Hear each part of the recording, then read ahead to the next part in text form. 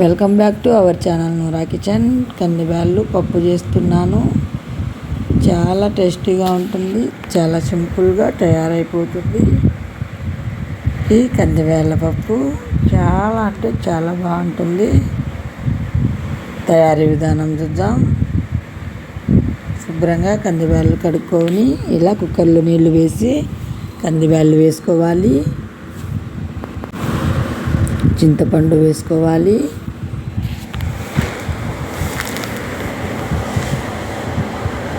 పచ్చిమిరపకాయలు వేసుకోవాలి. టమోటా ముక్కలు వేసుకోవాలి. రుచికి సరిపడా ఇలా కల్లుప్పు వేసుకోవాలి. తగినంత పసుపు వేసుకోవాలి.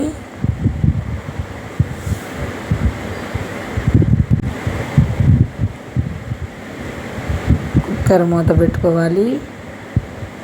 3 విజిల్ల తర్వాత ఇలా కుక్కర్ మూత ఓపెన్ చేసి రసం పక్కకు ఉంచుకోవాలి. చూడండి, చక్కగా కందిబ్యాళ్ళు ఉడికిపోయాయి. ఇలా మెత్తగా పప్పు రుద్దుకోవాలి. పప్పులో చారిది చూడండి, ఇలా రుద్దుకోవాలి. ఇలా మెత్తగా మెదగాలి. చూడండి, చక్కగా మెదిగింది.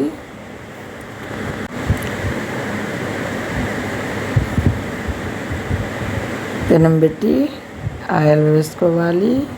ఆయిల్ బాగా హీట్ అయ్యాక కరివేపాకు, ఎర్రగడ్డపాయలు, తెల్లగడ్డ ముక్కలు చూడండి, సాసులు వేసుకొని జీలకర్ర వేసుకోవాలి. బాగా కలర్ చేంజ్ అయ్యేలా వేయించుకోవాలి. ఇలా వేగాలి. తెల్లగడ్డలను ఇలా పగలగొట్టుకోవాలి. చూడండి, మంచి స్మెల్ వస్తుంది వేగుతుంటే. ఇలా వేయించుకోవాలి. ఫస్ట్ టైం నా ఛానల్ చూస్తున్నట్టయితే సబ్స్క్రైబ్ చేయండి. మరిన్ని వీడియోల కోసం లైక్ చేయండి, షేర్ చేయండి. చక్కగా వేగుతున్నాయి. ఇండియా, దుబాయ్ వీడియోలు వచ్చాయి చూడండి. ఇలా వేగాలి. మంచి స్మెల్ వస్తుంది. చూడండి,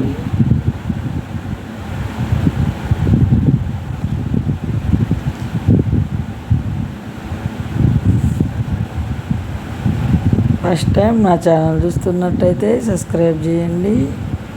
ఇలా వేగిన తర్వాత చూడండి, పప్పుచారులో వేసుకోవాలి. కాస్త తర్వాత చూడండి, ఇలా పప్పుచారు కలిపుకొని ఇప్పుడు పప్పు వేసుకోవాలి. తర్వాతలో చాలా అంటే చాలా టేస్టీగా ఉంటుంది పప్పు. ఇలా కలుపుకోవాలి. చూడండి, చక్కగా రెడీ అయిపోయింది పప్పు. మీరు కూడా ఇలా ఒకసారి ట్రై చేయండి.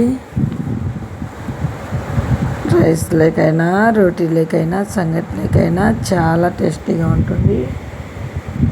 మంచి స్మెల్ వస్తుంది పప్పు అయితే. చూడండి,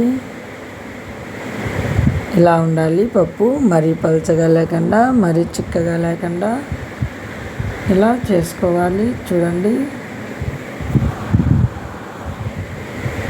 చాలా అంటే చాలా టేస్టీగా ఉంది. ఖచ్చితంగా మీరు కూడా ఇలా ఒకసారి ట్రై చేయండి.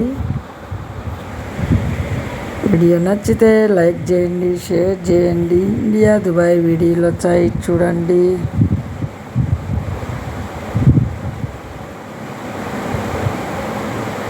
Thank you for watching video.